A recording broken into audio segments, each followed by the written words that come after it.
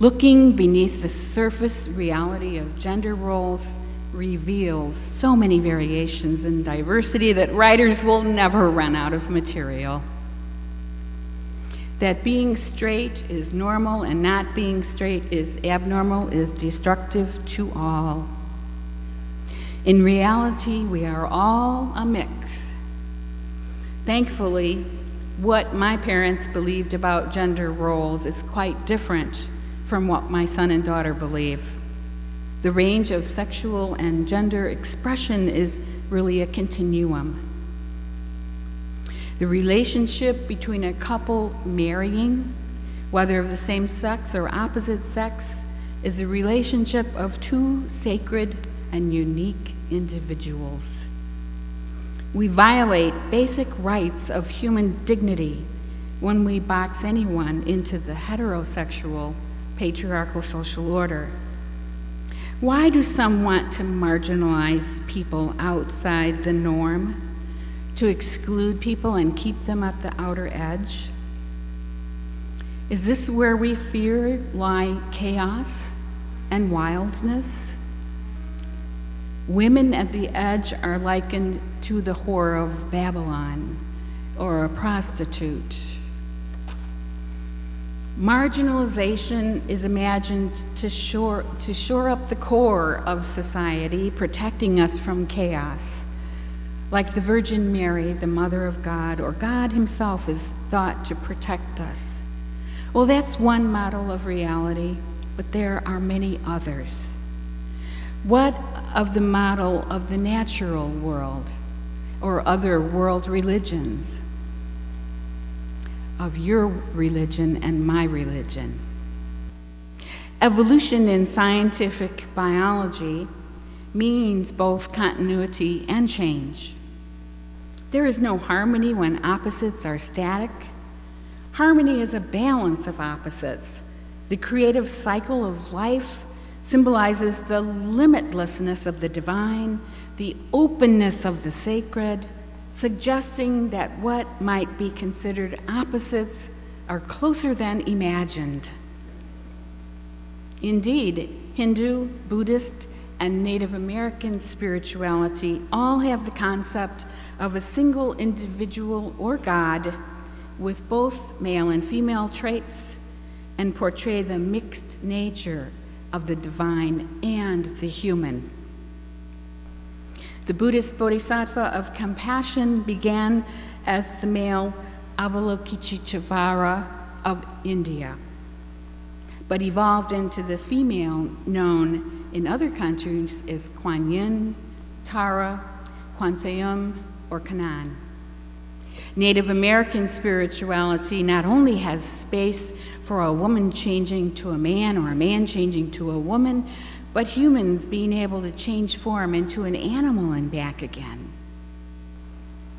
Bottom line, we do not choose our human form or the gender that we are socialized into. In all creation, there is diversity.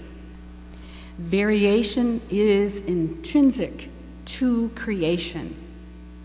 Variation is the way the biological world expresses itself. It is our human preferences, biases, and socialization that create the norms of normal and abnormal and healthy and sick and sacred and sinful. We humans are at our best when we love life. We're not meant to punish life for authentic self-expression, for being ourselves. We can liberate the truth by learning how gender roles are socially constructed. This means disobedience, necessary in order to change conformity to boxes that harm us and other people. This is why I like the edginess of Ani DiFranco's poem. What does it mean if a person is described as heterosexual or homosexual? Does it mean that the person is dependable or honest? If they are in a relationship, does it mean they are faithful?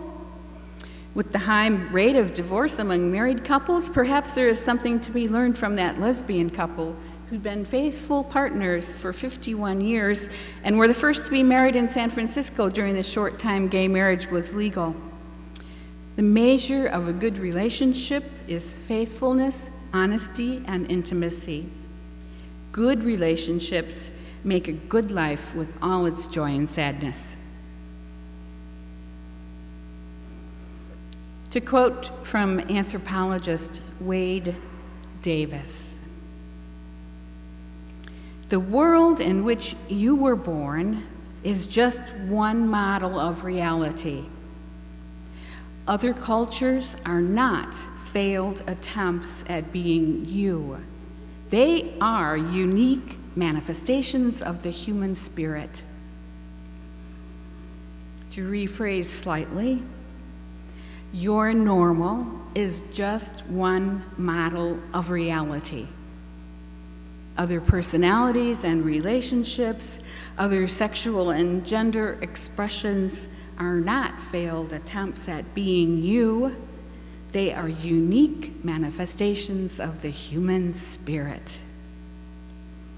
The fact is that creation encourages diversity. Both the core and the margins are intrinsic to creation, and they change over time.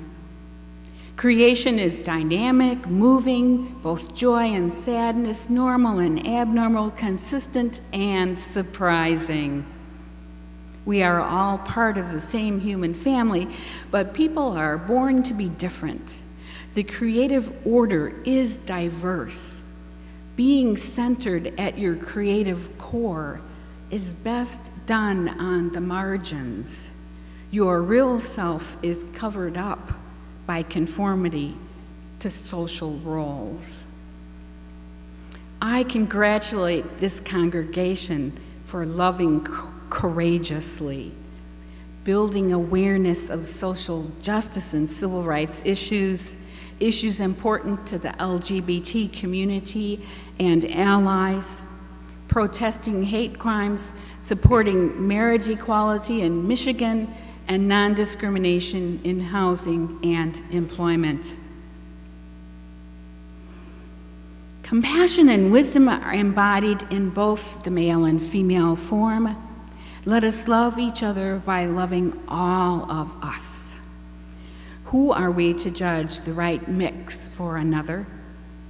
For those of us who have been wounded by the dominant culture's definition of sex roles and gender, let us embrace that brokenness and hurt, just as we would do for any loved one. May the larger society learn to respect new definitions of what it means to be a sexual human being in the struggle to express one's full humanity. When it comes to the tender subject of sex and gender, we know that the only law to follow is the law of love. Biology can be surprising.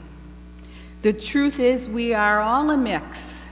Something marginalizes each one of us. We've all experienced rejection, humiliation, and loneliness. Let us all be liberated from the norm and seek our creative center at the margins. This brings wholeness, balance, and healing. It is our choice to punish or love. May the arc of the universe bend towards love.